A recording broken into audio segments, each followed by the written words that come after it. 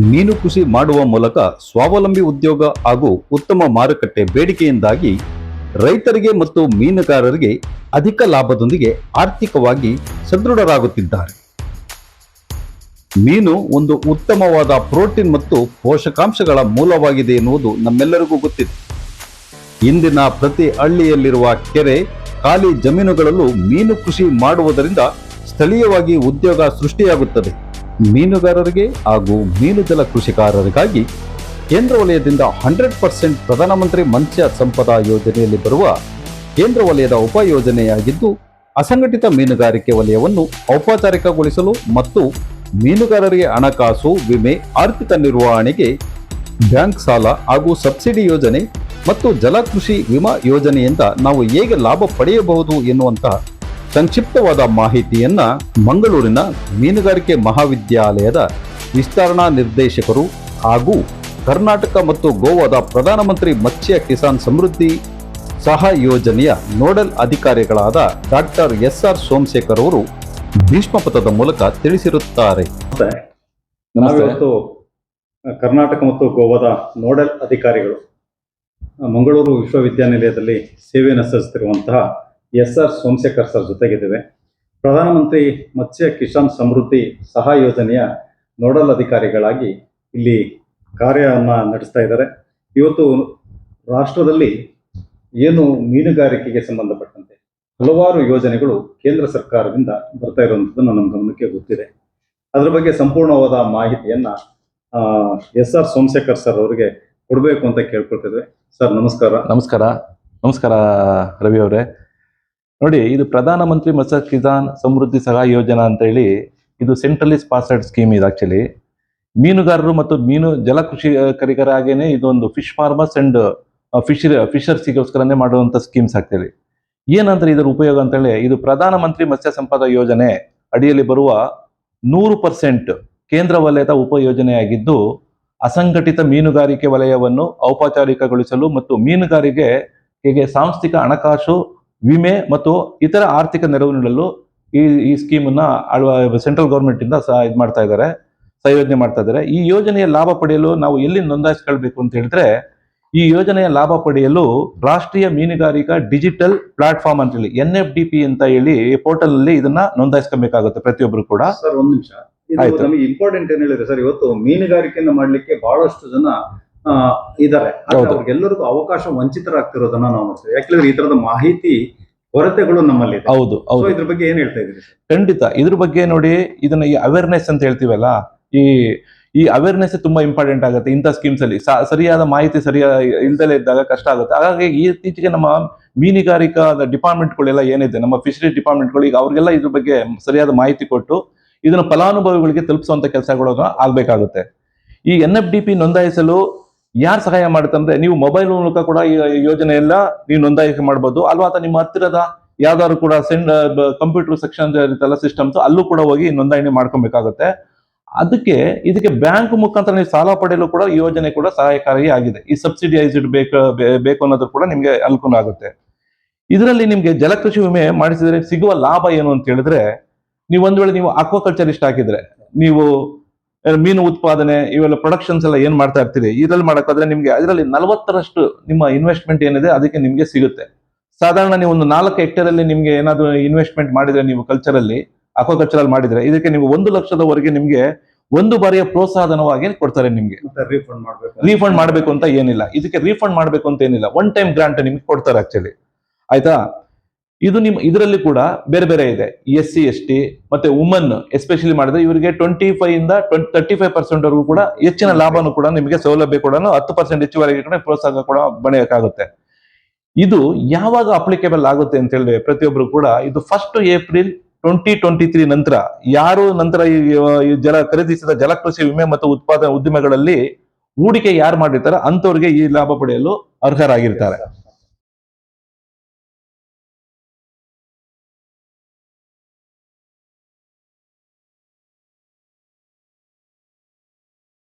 ಇದು ನಂತರ ಈ ಜಲಕೃಷಿ ಮತ್ತೆ ಇದಕ್ಕೆಲ್ಲ ನೀವು ಏನು ವಿಮೆ ಮಾಡಿ ಇನ್ಸೂರೆನ್ಸ್ ಎಲ್ಲ ಮೇನ್ ಸ್ಕೀಮ್ಸ್ ಮಾಡ್ತೀವಿ. ಇದ್ರ ನಂತರ ಇನ್ನೊಂದು ಭಾಗ 2 ಬರ್ತದೆ, ಉದ್ಯಮಿಗಳು, ಸಹಕಾರ ಸಂಘಗಳು, FFPOs ಎಂಟರ್ಪ್ರಿನರ್ಸ್ ಅಂಡ್ ಕೋಆಪರೇಟಿವ್ಸ್ ಎಲ್ಲ ಏನಿದೆಲ್ಲ ಇವರು ಕೂಡ ಇದರಲ್ಲಿ ನೀವು ಮಾಡ್ಬೋದು. ಏನೇ ಮೈಕ್ರೋ ಎಂಟರ್ಪ್ರಿನರ್ಸ್ ಅಂತ ಹೇಳ್ತೀವಿ ನಾವು, ಮತ್ತೆ ಸ್ಮಾಲ್ ಸ್ಕೇಲ್ ಇವರು ಅಂತ ಹೇಳ್ತೀವಲ್ಲ ನಾವು, ಇವರು ಕೂಡ ಇದರಲ್ಲಿ ಮಾಡ್ಕೊಂಡು ಇದರಲ್ಲೂ ಕೂಡ ಏನಾಗುತ್ತೆ, ಹೊಸ ಘಟಕ, ಯಂತ್ರೋಪಕರಣಗಳ ಮೇಲಿನ ಹೂಡಿಕೆ ಮತ್ತು ಉದ್ಯೋಗ ಸೃಷ್ಟಿಯನ್ನು ಪ್ರೋತ್ಸಾಹಿಸಲು ಮತ್ತೆ ಕಾರ್ಯಕ್ಷಮತೆ ಅನುದಾನ ಅಂತ ಹೇಳಿ ಪರ್ಫಾರ್ಮೆನ್ಸ್ ಗ್ರಾಂಟ್ ಅಂತ ಹೇಳಿ. ಇದರಲ್ಲಿ ಏನಂದ್ರೆ 50% ನೀವೇನು ಇನ್ವೆಸ್ಟ್ಮೆಂಟ್ ಮಾಡಿರ್ತೀರಿ ಮತ್ತೆ ಅನದರ್ 50% ಒಂದು ವೇಟೇಜ್ ಅಂತ ನೀವು ಎಂಪ್ಲಾಯೀಸ್ ತಗೊಳ್ತೀರಲ್ಲ, ಅದ್ರ 50% ಮೇಲೆ ನಿಮ್ಮ ಪರ್ಫಾರ್ಮೆನ್ಸ್ ಮೇಲೆ ಎಷ್ಟು ಇನ್ವೆಸ್ಟ್ ಮಾಡ್ತೀರಾ ಅದ್ರ ಮೇಲೆ ನಿಮಗೆ ಇದು ಇನ್ಸೆಂಟಿವ್ಸ್ ನಿಮಗೆ ಈ ಮೂಲಕ ನಿಮಗೆ ಕೊಡಲಾಗ್ತದೆ. ಆಯ್ತಾ, ಒಂದ್ಸರಿ ನೀವು NFDB ಪೋರ್ಟಲ್ ರಿಜಿಸ್ಟರ್ ಮಾಡಾದ್ಮೇಲೆ ನೀವು ಅಪ್ಲಿಕೇಶನ್ ಆ ಡಿಜಿಟಲ್ ಪ್ಲಾಟ್ಫಾರ್ಮ್ ನಲ್ಲೇ ನೀವು ಅಪ್ಲಿಕೆಂಟ್ನ ಆಗಿ ಅಪ್ಲಿಕೇಶನ್ ಹಾಕ್ಬೇಕಾಗುತ್ತೆ. ಆ ಕಾರ್ಯಕ್ಷಮತೆ ಮೇಲೆ ನಿಮಗೆ ಆ ಡೀಟೇಲ್ಸ್ ಎಲ್ಲ ನಿಮಗೆ ಮಾಡ್ತಾರೆ. ಇದಕ್ಕೆ ಕೆಲವು ಆಫೀಸರ್ಸ್ಗಳೆಲ್ಲ ಇರ್ತಾರೆ, ಈಗ ಹೇಳಿದ್ನಲ್ಲ ನೋಡಲ್ ಆಫೀಸರ್ ಅಂತ ಹೇಳಿ, ಇದನ್ನ ಡೀಟೇಲ್ ಆಗಿ ಬಂದು ವೆರಿಫೈ ಮಾಡ್ತಾರೆ. ವೆರಿಫೈ ಮಾಡಿದ ನಂತರ ನಿಮಗೆ ಏನಾದರೂ ಕೂಡ ಆ ಅಪ್ಲಿಕೇಶನ್ಸ್ ಏನೆಲ್ಲ ಮಾಡಿರ್ತೀರಿ ಅದ್ರ ಮುಖಾಂತರ ನಿಮಗೆ ಒಂದು ಗೌರ್ಮೆಂಟ್ ಲೆವೆಲಲ್ಲಿ ನಿಮಗೆ ಇದನ್ನ ಸ್ಕೀಮ್ಸ್ನ ಉಪಯೋಗ ಆಗಲಿಕ್ಕೆ ಅನುಕೂಲ ಆಗುತ್ತೆ. ಇದು ಏನಂತೆ ಕಾರ್ಯಕ್ಷಮತೆ ಅನುದಾನ ಯಾವ ರೀತಿ ಇರುತ್ತೆ ಅಂತ ಹೇಳಿದ್ರೆ, ಸಾಮಾನ್ಯ ವರ್ಗದವರಿಗೆ ಕಿರು ಉದ್ಯಮಗಳಿಗೆ ಒಟ್ಟು ಹೂಡಿಕೆ 25%, ಗರಿಷ್ಠ 35%, ಅಂದ್ರೆ 35 ಲಕ್ಷವರೆಗೂ ಕೂಡ ನಿಮಗೆ ಕೊಡ್ತಾರೆ. SC/ST ಮತ್ತೆ ಮಹಿಳೆಯರಾಗಿದ್ರೆ ಅವ್ರಿಗೆ 35% ಕೊಡ್ತಾರೆ, ಅದ್ರಲ್ಲಿ 45 ಲಕ್ಷ ಸಿಗುತ್ತೆ ನಿಮ್ಗೆ ಇದರಲ್ಲಿ. ಆಯ್ತಾ, ಹಾಗೂ ಸಹಕಾರ ಸಂಘಗಳಿಗೆ FFPOಗಳಿಗೆ 35% ಅಂದ್ರೆ ಅಪ್ ಟು 200 ಲ್ಯಾಕ್ ಅಂದ್ರೆ 200 ಲಕ್ಷ ಅಂದ್ರೆ 2 ಕೋಟಿವರೆಗೂ ಕೂಡ ಅನುದಾನಗಳನ್ನು ಇದರಲ್ಲಿ ನೀಡಲಾಗ್ತದೆ. ಈ ಪ್ರಯೋಜನ ಪಡ್ಕೊಬಹುದಾಗುತ್ತೆ. ಈಗ ಅದೇ ರೀತಿ ಕೂಡ ಮೈಕ್ರೋ ಎಂಟರ್ಪ್ರೈಸಸ್ ಆಯ್ತು. ಈಗ ಸಣ್ಣ ಉದ್ಯಮಗಳು ಅಂದ್ರೆ ಸ್ಮಾಲ್ ಎಂಟರ್ಪ್ರೈಸಸ್ ಅಂತ ಹೇಳ್ತೀರಾ, ಇದು ಗುಣಮಟ್ಟ ಸುಧಾರಣೆಗೆ ಅನುದಾನದ ಮಿತಿ ಎಷ್ಟಂತಂದ್ರೆ ಇದು ಕೂಡ ಅಪ್ ಟು 75 ಲ್ಯಾಕ್ ವರೆಗೂ ಇರುತ್ತೆ ನಿಮಗೆ. 25-75 ಲ್ಯಾಕ್ ಇರುತ್ತೆ. SC/STಗಳಿಗೆ ಅಪ್ ಟು 100 ಲಕ್ಷಗಳಿಗೆ ಅನುದಾನ ಇದು ಸಿಗೋ ಚಾನ್ಸಸ್ ಇರುತ್ತೆ ಇದನ್ನು ಮಾಡೋದಾದ್ರೆ ಕೂಡ. ಉದ್ಯೋಗ ಸೃಷ್ಟಿ ಮಾಡಿದರೆ ಉದ್ಯಮಗಳಿಗೆ ಹೆಚ್ಚುವರಿ ಲಾಭವಿದೆಯೇ? ಖಂಡಿತ ಇದೆ, ಹೌದು. ಹೊಸದಾಗಿ ಸೃಷ್ಟಿಸುವ ಹಾಗೂ ನಿರ್ವಹಿಸುವ ಪ್ರತಿ ಮಹಿಳಾ ಉದ್ಯೋಗಿಗೆ ವರ್ಷಕ್ಕೆ 15,000 ಮತ್ತು ಪ್ರತಿ ಪುರುಷ ಉದ್ಯೋಗಿಗೆ 10,000 ಅನುದಾನವನ್ನು ನೀಡಲಾಗ್ತದೆ. ಇದು ಕೂಡ ಆನ್ಯಲಿ ವಾರ್ಷಿಕವಾಗಿ. ಅನುದಾನವನ್ನು ಲೆಕ್ಕ ಹಾಕುವ ಮಾನದಂಡಗಳೇನು? ಈಗ ನಿಮ್ಮ ಕಾರ್ಯಕ್ಷಮತೆ ನಾನು ಹೇಳಿದಲ್ಲ ನಿಮ್ಗೆ, ಮಾನದಂಡಗಳು 2 ಭಾಗಗಳಲ್ಲಿ ವಿಂಗಡಿಸ್ತಾ ಮಾಡ್ತಾರೆ. ಒಂದು, ನೀವು ಉದ್ಯೋಗ ಸೃಷ್ಟಿಸಿದ ಉದ್ಯೋಗಗಳಿಗೆ 50% ತೂಕ ಅಂತ ಹೇಳ್ತೀವಿ, ವೆಯ್ಟೇಜ್ ಅಂತ ನಾವು ಕೊಡ್ತೀವಲ್ಲ, ಈ ವೆಯ್ಟೇಜು ಮತ್ತು ಮಾಡಿದ ಬಂಡವಾಳ ಹೂಡಿಕೆಗೆ 50% ತೂಕವನ್ನ ನಾವು ಇದರಲ್ಲಿ ನೋಡ್ತೇವೆ. ಒಂದು ಹೇಳಿದ ಇನ್ವೆಸ್ಟ್ಮೆಂಟ್, ಅದ್ರ 50% ಆಫ್ ದ ಇನ್ವೆಸ್ಟ್ಮೆಂಟ್ ಮತ್ತೆ 50% ಆಫ್ ದ ನೀವು ಉದ್ಯೋಗ ಸೃಷ್ಟಿ ಮಾಡಿದಕ್ಕೆ ವೆಯ್ಟೇಜ್ ಇದ್ರ ಮೇಲೆ ಆಗ್ತದೆ. ಕೇಳಿ ಸರ್. ಈಗ ಕರ್ನಾಟಕ ರಾಜ್ಯಕ್ಕೆ ಮೀನುಗಾರಿಕೆ, ಒಳನಾಡು ಮೀನುಗಾರಿಕೆಗೆ ಬಹಳಷ್ಟು ತೊಂದರೆಗಳನ್ನ ಅನುಭವಿಸ್ತಿದ್ದಾರೆ ಒಳನಾಡು ಮೀನುಗಾರಿಕೆ. ಹೌದು. ಸೊ ಇವರಿಗೆ ಇನ್ಶೂರೆನ್ಸ್ ಬಗ್ಗೆ ಆಗ್ಲಿ ಅದ್ ಯಾವ್ದು ಇಲ್ಲ. ಆಮೇಲೆ ಮೀನುಗಳು ಸಹ ಇದನ್ನು ಸಿಗದೆ ಇರುವಂತದನ್ನ ನಾವು ನೋಡ್ತಾ ಇದ್ದೇವೆ. ಹೌದು. ಹಾಗಾಗಿ ಇದ್ರ ಬಗ್ಗೆ ಏನ್ ಹೇಳ್ತಾ ಇದ್ರಿ ಸರ್? ಇದ್ರ ಬಗ್ಗೆ ಅದ್ರ ಹೇಳಿದಾನೆ. ಈಗ ವಿಮೆ ಮುಖಾಂತರನು ಕೂಡ ನಾನು ಹೇಳಿದ್ನಲ್ಲ, ಒಂದು ಹೆಕ್ಟೇರ್ಗೆ ನೀವು ಸಾಧಾರಣ 25,000ದಿಂದ ಹಿಡಿದು 4 ಹೆಕ್ಟೇರ್ಗೆ ಅಪ್ ಟು ಮ್ಯಾಕ್ಸಿಮಮ್ 1 ಲಕ್ಷ ನಿಮಗೆ ವಿಮೆನೆ ಕೊಡ್ತಾರೆ ನಿಮಗೆ. ಒಂದ್ ವೇಳೆ ಮಧ್ಯೆ ಏನಾದ್ರು ಕೂಡ ನಿಮ್ ಕ್ರಾಪ್ ಏನಾದ್ರು ಸಡನ್ ಆಗಿ ಏನಾದ್ರು ಅದರ ಪ್ರಾಬ್ಲಮ್ ಆಗಿ ಡಿಸೀಸ್ ಬಂದು ಮತ್ತೊಂದು ಬಂದು ಏನಾದ್ರು ಕೂಡ ಅದು ವಿಮೆ ನಿಮಗೆ ರಿಕವರಿ ಆಗುತ್ತೆ.